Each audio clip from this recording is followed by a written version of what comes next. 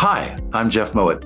Over the 30 years that leaders have been bringing me in to work with their organizations to enhance their customer service culture, I've discovered that the top leaders spend a little more time making sure that their company is in line with their customers' needs than they do focused on trying to just make people more productive and work harder. Because typically the issue with whether or not an organization succeeds is not about efficiency. In other words, there's no point in trying to find a more efficient way to climb the ladder if the ladder is leaning on the wrong wall. As leaders, we need to make sure that our products and services are in line with our customers' changing needs.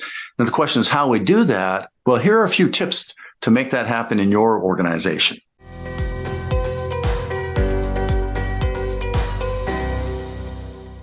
My first tip is ask your competitors. Now, I know that sounds absurd, but the reality is that you can find out a lot about what your competitors think and do in their strategies simply by joining your professional trade associations. In industry associations, the members realize that not one of us is as smart as all of us. And we can all learn about industry trends, what's going on in terms of best practices. Put it this way, today's enlightened leader recognizes that today's competitor may well be tomorrow's business partner.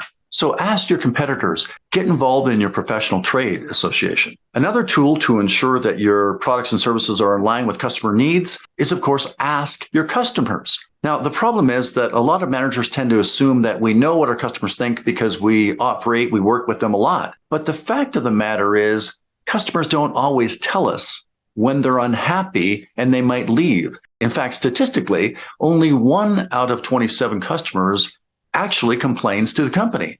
And maybe this is true for you. Last time you're at a restaurant that wasn't great, you probably quietly decided next time you go somewhere else, but we didn't necessarily tell the management about it. It's not worth the hassle. So effective leaders learn that they need to proactively get out and find out what their customers really think. And that leads me to another little tip, and that is use business students to do your surveys. One of the reasons is that when customers are answering business students, they feel like they're helping them complete a class project. Oh, and little bonus, business students work for the price of craft dinner. Who doesn't love craft dinner?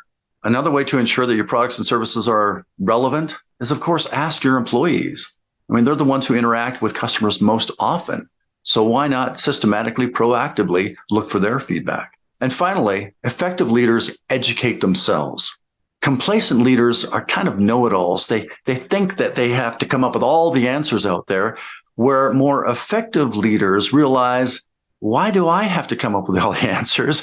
So they read books, they attend seminars, they watch videos like you are right now. So good for you for doing that. And if you like more of these types of tips, I'd encourage you to like and subscribe.